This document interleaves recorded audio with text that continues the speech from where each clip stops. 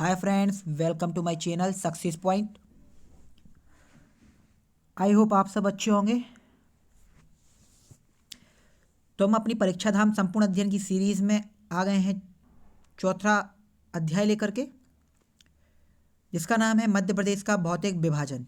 इसके पहले हम 3 अध्याय पढ़ चुके हैं। पहला अध्याय हमने सामान्य परिचय पढ़ा था, दूसरा था हमारा पड़ोसी राज्य और तीसरा था हमारा पुनर्गठन एवं गठन। तो हमारा चौथा चैप्टर है जो है वह है मध्य प्रदेश का भौतिक विभाजन। और आज जो है करंट की वीडियो नहीं डल पाई है क्योंकि कल संडे होने के कारण ग्राफिक्स तैयार नहीं हो पाए हैं। तो आपको कल की और आज की जो करंट अफेयर्स की वीडियो रहेगी वो आपको कल मॉर्निंग में डल जाएगी। तो हम अपना चैप्टर स्टार्ट करते हैं आज का, मध्य प्रदेश का भौतिक विभाजन।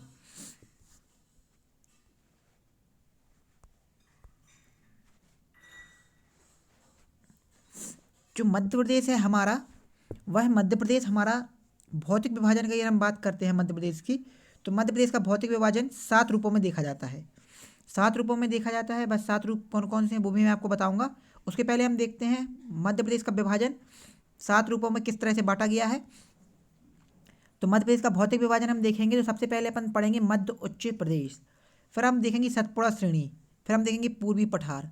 तो अगर हम मध्य उच्च प्रदेश की अगर हम बात करते हैं तो उसके अंतर्गत मध्य भारत का पठार, बुंदेलखंड का पठार, मालवा का पठार, रीवा पन्ना का पठार और नर्मदा घाटी आती है।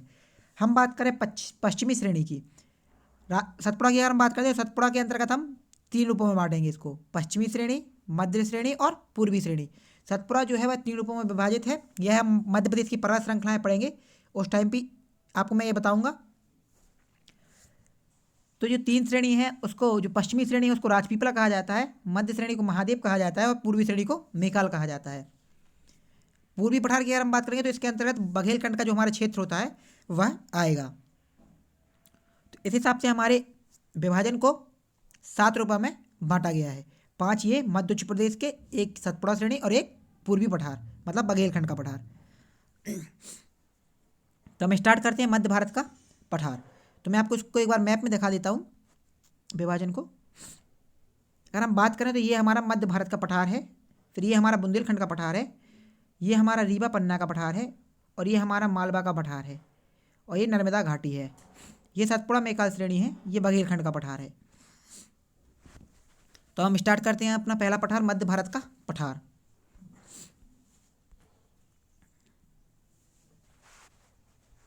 मध्य भारत के पठार से अगर हम बात करें तो सबसे पहले हम देखेंगे स्थिति।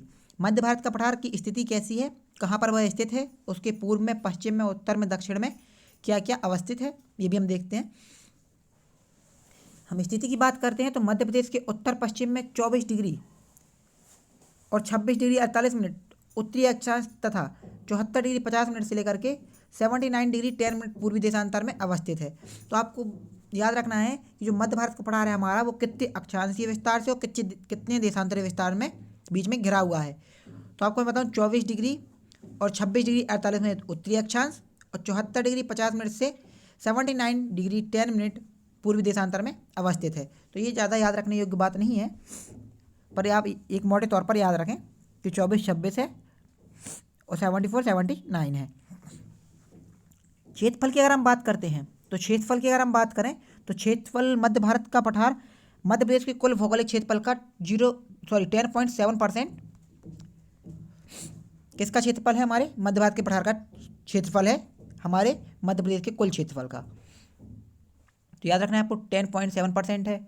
निर्माण की हम बात करें तो इस पठार का निर्माण किस प्रक्रिया के द्वारा हुआ है, तो इस पठार का जो निर्माण है वो मुख्यतः किससे हुआ है, विंध्यन शैल समूह के अपरदन तथा नदियों के निक्षेपण से हुआ है। तो नदियों द्वारा जो लाई गई मिट्टी है, अपसाद है, उसके निक्षेपण से हुआ है, अपरदन से हुआ है और यहाँ पे विंध्यन शैल समूह के अपरदन से हुआ है, ऐसा बोला जा रहा है।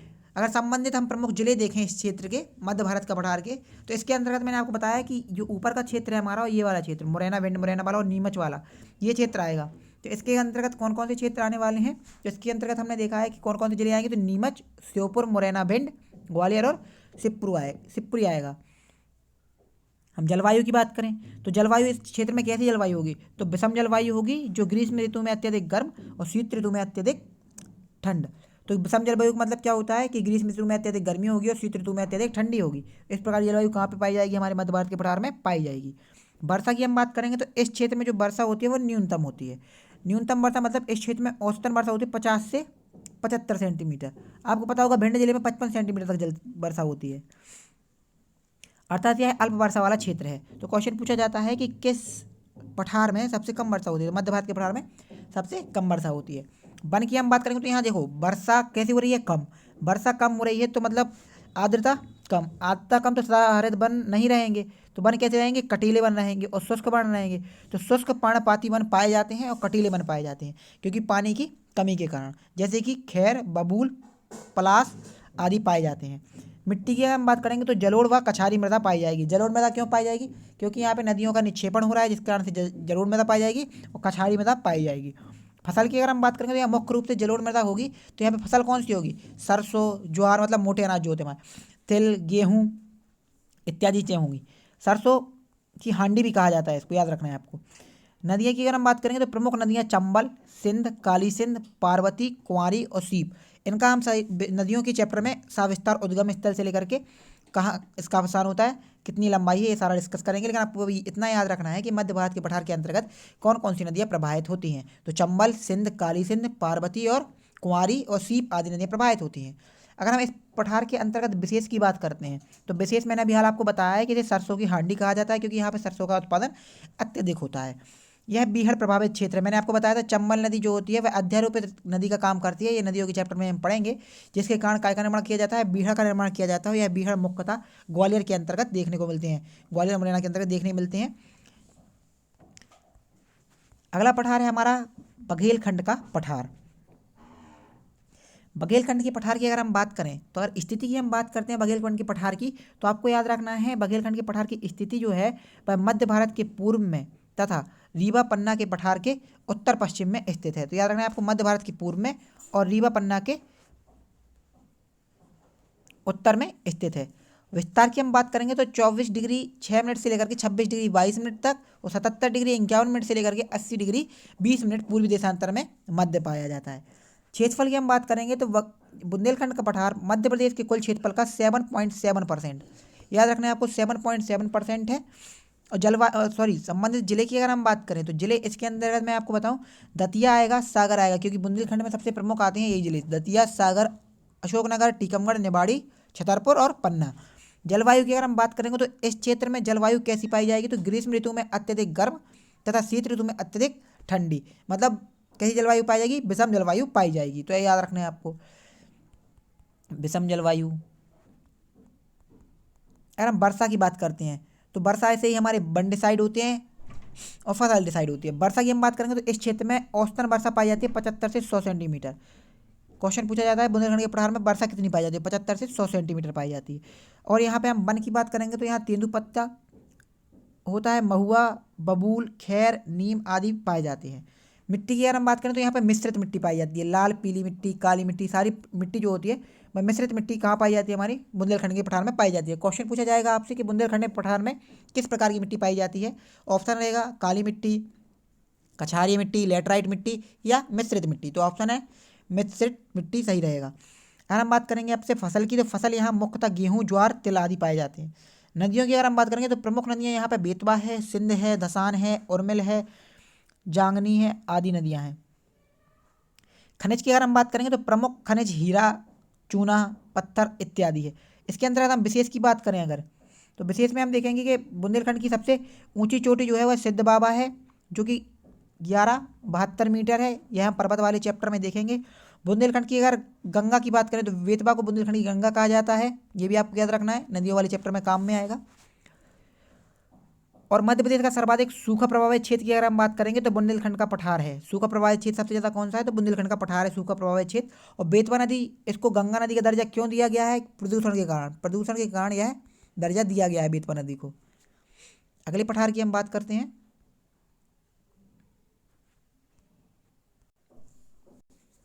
अगर हम स्थिति की बात करें मालवा के पठार की, तो मालवा का पठार मध्य प्रदेश के पश्चिमी भाग में स्थित है। मैंने आपको अभी स्थिति बताई थी कि इस तरफ स्थित है हमारा मालवा का पठार। और इसका जो विस्तार पाया जाता है वो 22 डिग्री 17 मिनट से लेकर के 25 डिग्री 8 मिनट तक पाया जाता है उत्तरी अक्षांश में। और इसका जो देशांतरी विस्तार होता है वो 74 डिग्री 20 मिनट से लेकर के 79 डिग्री 20 मिनट्स तक होता है। अगर हम क्षेत्रफल की बात करते हैं तो यह क्षेत्रफल मध्य प्रदेश के कुल क्षेत्रफल में इसका योगदान जो रहता है वह 28% रहता है।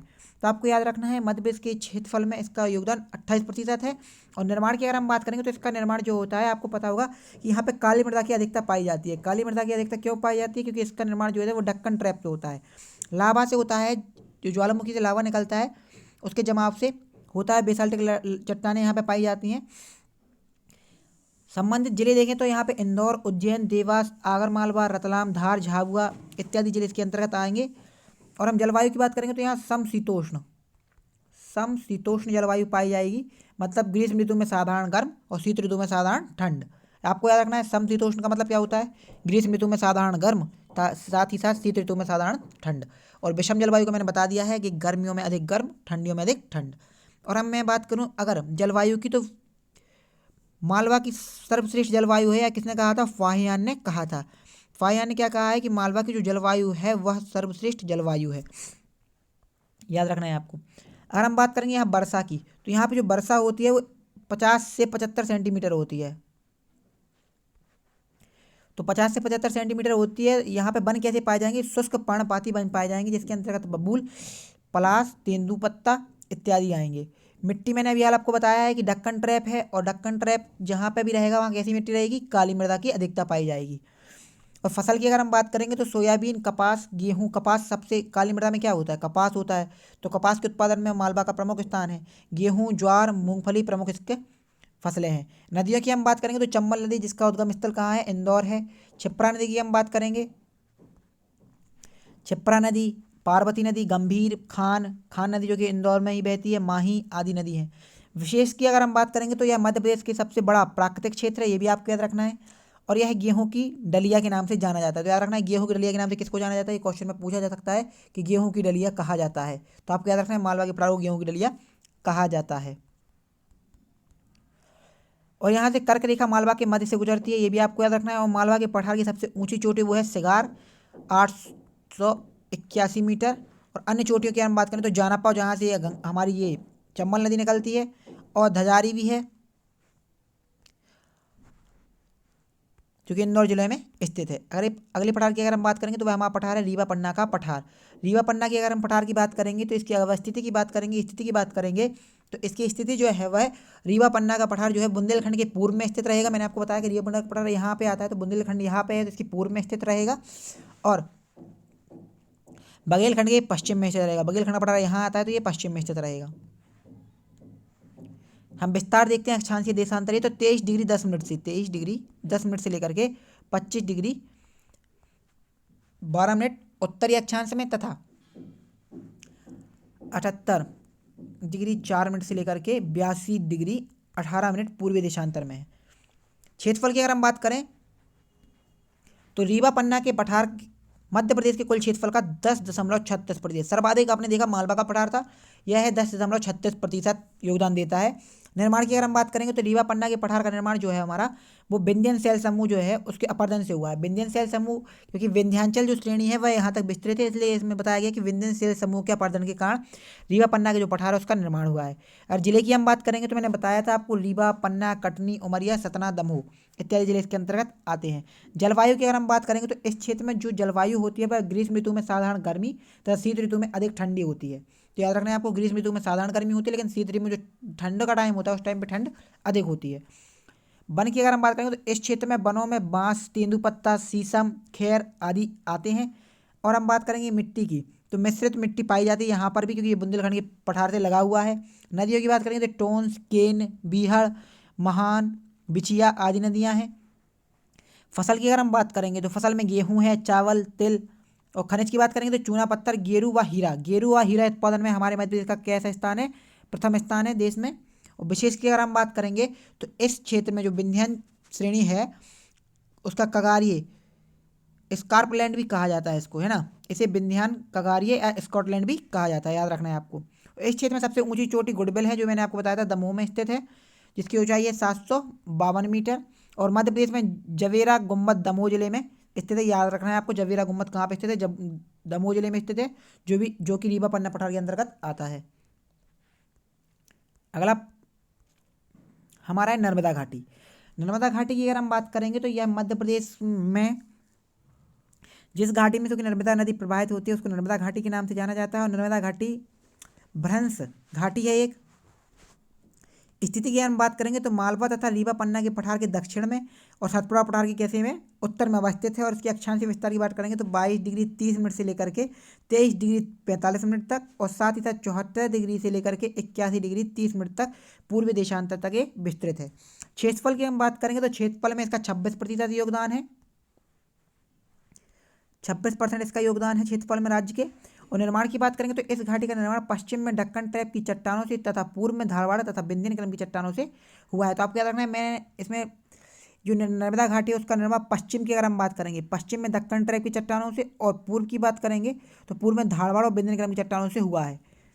और संबंधित जिले की हम बात करेंगे तो नर्मदा के जो आसपास के जिले हैं हमारे जबलपुर, नरसिंहपुर, होशंगाबाद, हरदा और सीहोर, रायसेन इत्यादि हैं। जलवायु की बात करेंगे तो इस क्षेत्र में मुख्य रूप से ग्रीष्म ऋतु में अधिक गर्मी पड़ती है तथा शीत ऋतु में साधारण ठंड पड़ती है। इसका पूर्वी क्षेत्र अधिक ठंडा एवं पश्चिमी क्षेत्र अधिक गर्म होता है। जो इसका पूर्वी क्षेत्र होता है, पूर्वी क्षेत्र नर्मदा घाटी का होगा वह कैसा होगा, अधिक ठंडा होगा। पश्चिमी क्षेत्र कैसा होगा, अधिक गर्म होगा। तो इसमें कैसा होता है, ग्रीष्म ऋतु में अधिक गर्मी पड़ती है, साथ ही साथ शीत ऋतु में कम साधारण ठंड पड़ती है।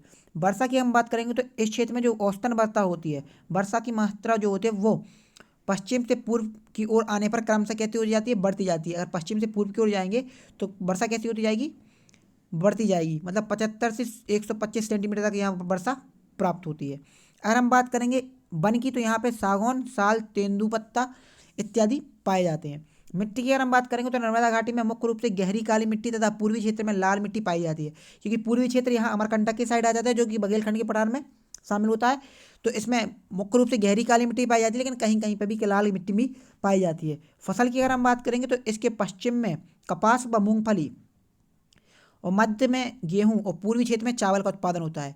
तो आपको याद रखना है तीनों जगह पे अलग अलग होता है। पश्चिम में कपास क्योंकि काली मृदा की अधिकता के कारण, मध्य में गेहूं वगैरह की, और चावल का कहाँ पे होता है, जहाँ पे पूर्वी क्षेत्र है, क्योंकि यहाँ पे छत्तीसगढ़ लग जाता है। तो आपको याद रखना है यहाँ पे काय का उत्पादन होता है, क्योंकि वर्षा में मात्रा बढ़ जाती है, वर्षा की मात्रा बढ़ने के कारण धान का उत्पादन यहाँ पे अधिक होता है। खनिज की अगर हम बात करेंगे तो खनिज के अंतर्गत चूना पत्थर, संगमरमर, चीनी मिट्टी आदि आती है, क्योंकि कटनी जो हमारा जिला है वह मतलब चूना पत्थर के लिए क्या है, प्रसिद्ध है। हम इसमें की विशेष की बात करेंगे तो नर्मदा घाटी क्षेत्र को कृषि अर्थव्यवस्था की रीढ़ कहा जाता है। याद रखना है, आपको क्वेश्चन पूछा जा सकता है कि मध्य प्रदेश में कृषि अर्थव्यवस्था की रीढ़ किसे कहा जाता है। तो नर्मदा घाटी को कृषि अर्थव्यवस्था की क्या कहा जाता है, रीढ़ कहा जाता है। और अगर मैं बात करूं प्राकृतिक क्षेत्र की तो यह सबसे मध्य प्रदेश का सबसे निचला प्राकृतिक विभाग है यह, तो याद रखना है आपको। नेक्स्ट हमारा जो पठार है, जो विभाजन है वह है हमारा सतपुड़ा मैकाल श्रेणी। सतपुड़ा मैकाल श्रेणी को मैंने आपको बताया है कि जो यह श्रृंखला है इसको 3 रूपों में बांटा गया है, पश्चिमी, पूर्वी और मध्य। पश्चिमी का नाम है राजपीपला, जिसका विस्तार मुख्य रूप से मध्य प्रदेश और गुजरात में प्राप्त होता है। मध्य का विस्तार मध्य प्रदेश व महाराष्ट्र में प्राप्त होता है, और पूर्व का विस्तार मध्य प्रदेश और छत्तीसगढ़ में प्राप्त होता है। तो ये जो श्रेणी है मैकाल श्रेणी, इसी में अमरकंटक स्थित है। मध्य श्रेणी हमारी बीच में पाई जाएगी, और पश्चिमी श्रेणी की अगर हम बात करेंगे तो ये राजपीपला वगैरह आ जाएगा इसके अंतर्गत। स्थिति की मैं बात करूं अगर इसकी, तो नर्मदा घाटी के पश्चिम में स्थित है, सॉरी दक्षिण में स्थित है। नर्मदा घाटी के दक्षिण में स्थित है, और समांतर श्रेणी है नर्मदा घाटी के। और इसका विस्तार की अगर हम बात करेंगे तो 21 डिग्री 30 मिनट से लेकर के 23 डिग्री उत्तरी अक्षांश में, और 74 डिग्री के बाद हम क्या करें 74 डिग्री 30 मिनट से लेकर के 81 डिग्री पूर्वी देशांतर तक इसका विस्तार पाया जाता है। क्षेत्रफल की अगर हम बात करेंगे तो यह मध्य प्रदेश के क्षेत्रफल में 11% का योगदान देती है। जलवायु की अगर हम बात करेंगे तो यहाँ पे इस क्षेत्र में जो जलवायु पाई जाती है वह जलवायु पाई जाती है ग्रीष्म ऋतु में साधारण गर्म और शीत ऋतु में अधिक ठंड। निर्माण की अगर हम बात करेंगे तो दक्कन ट्रैप की चट्टानों के साथ हुआ है। मैंने आपको बताया कि इस क्षेत्र में दक्कन ट्रैप की बहुलता पाई गई है यहाँ, क्योंकि इसका निर्माण जो है बेसाल्टिक लावा से हुआ है। तो उसका जो निर्माण हुआ है वह दक्कन ट्रैप की चट्टानों के साथ धारवाड़ क्रम की चट्टानों से हुआ है। संबंधित प्रमुख जिले की अगर हम बात करेंगे तो बालाघाट, सिवनी, छिंदवाड़ा, खंडवा, खरगोन, बुरहानपुर, बड़वानी इसके क्या है, ये जिले आएंगे इसके अंतर्गत। वर्षा की अगर हम बात करेंगे तो इस क्षेत्र में जो वर्षा होगी पश्चिम भाग में 75 सेंटीमीटर, और पूर्वी भाग में अगर हम बात करेंगे तो 150 सेंटीमीटर तक वर्षा में देखने को मिलती है। तो आपको याद रखना इस क्षेत्र में नदियों की हम बात करें तो मैंने आपको बताया इस क्षेत्र की जो प्रमुख नदियां हैं वो है ताप्ती, बेनगंगा, शक्कर, दूधी, पेंच, बरधा, बावनथड़ी इत्यादि हैं। मिट्टी की हम बात करेंगे तो मैंने आपको बताया कि जो नर्मदा घाटी क्षेत्र था उसमें काली मिट्टी पाई जा रही थी। तो काली मिट्टी का जो विभाजन होता है मृदा में, मैं आपको बताऊंगा, वो 3 रूपों में पाया जाता है। गहरी काली, छिछली काली गहरी काली, छिछली काली और जो नॉर्मल काली होती है वो। तो हम बात करेंगे इस क्षेत्र में जो है छिछली काली पाई जाएगी, और कुछ क्षेत्र में लेटराइट मिट्टी पाई जाती है जो बालाघाट वगैरह का क्षेत्र होता है।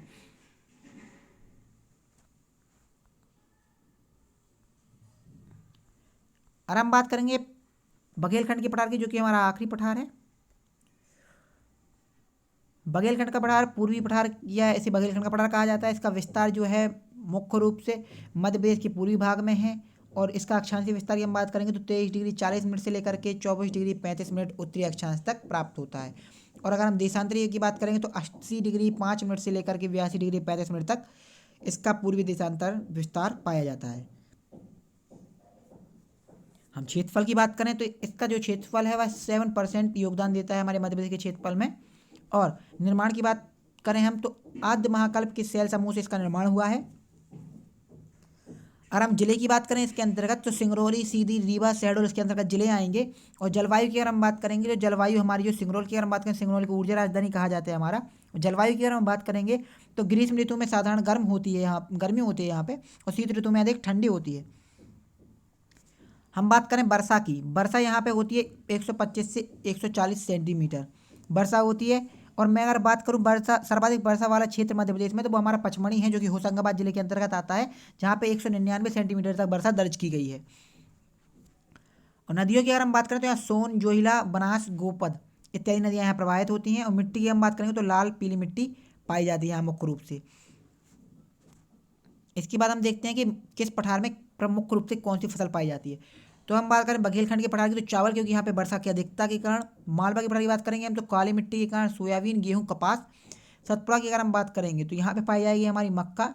मध्य भारत की पठार करेंगे तो मुख्य रूप से सरसों, यानी सरसों की हांडी कहा जाता है। मालवा के पठार को गेहूं की दलिया कहा जाता है।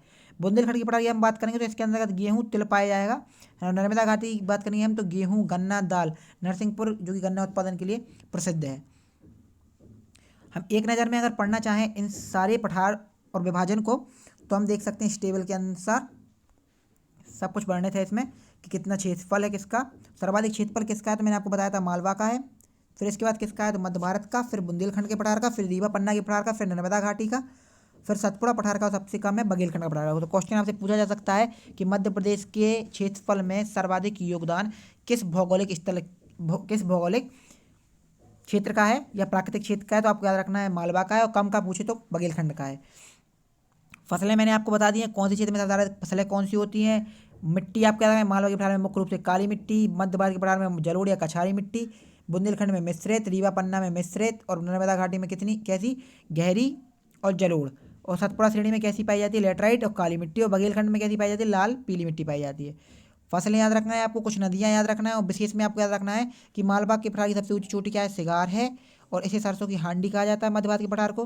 बुंदेलखंड के पठार में याद रखना है सिद्ध बाबा, और रीवा में रखना है जवेरा गुंबद, और नर्मदा घाटी में याद रखना है आपको निचला प्राकृतिक स्थल, और सतपुड़ा में याद रखना है आपको सतपुड़ा की सबसे ऊंची चोटी क्या है धूपगढ़ है, और बघेलखंड में याद रखना है आपको प्रदेश का सबसे छोटा प्राकृतिक भाग है। तो आज हमारा ये चैप्टर खत्म होता है, कल फिर मिलेंगे एक नए चैप्टर के साथ। और जो हमारे पिछले 2 चैप्टर रहे की क्विज नहीं डली है वो भी अपलोड हो जाएगी आज ही, तो आप वो भी देख लें। दोनों की मर्ज होके अपलोड होगी आज क्विज, साथ ही साथ इस वाले की क्विज भी आपको कल मिल जाएगी। और जो डेली करंट अफेयर्स का मैंने आपको बताया वो कल अपलोड हो जाएगा। साथ ही साथ वीडियो अच्छी लगी हो तो वीडियो को लाइक करें, कमेंट करें, शेयर करें, और चैनल को सब्सक्राइब करें। और हमारी इंस्टाग्राम चैनल पर भी जुड़ सकते हैं आप, success point way to success नीचे लिखा हुआ है, तो वहाँ पर भी हम लोग क्विज सॉल्व डालते हैं, वो आप सॉल्व करें। Thank you for watching this video.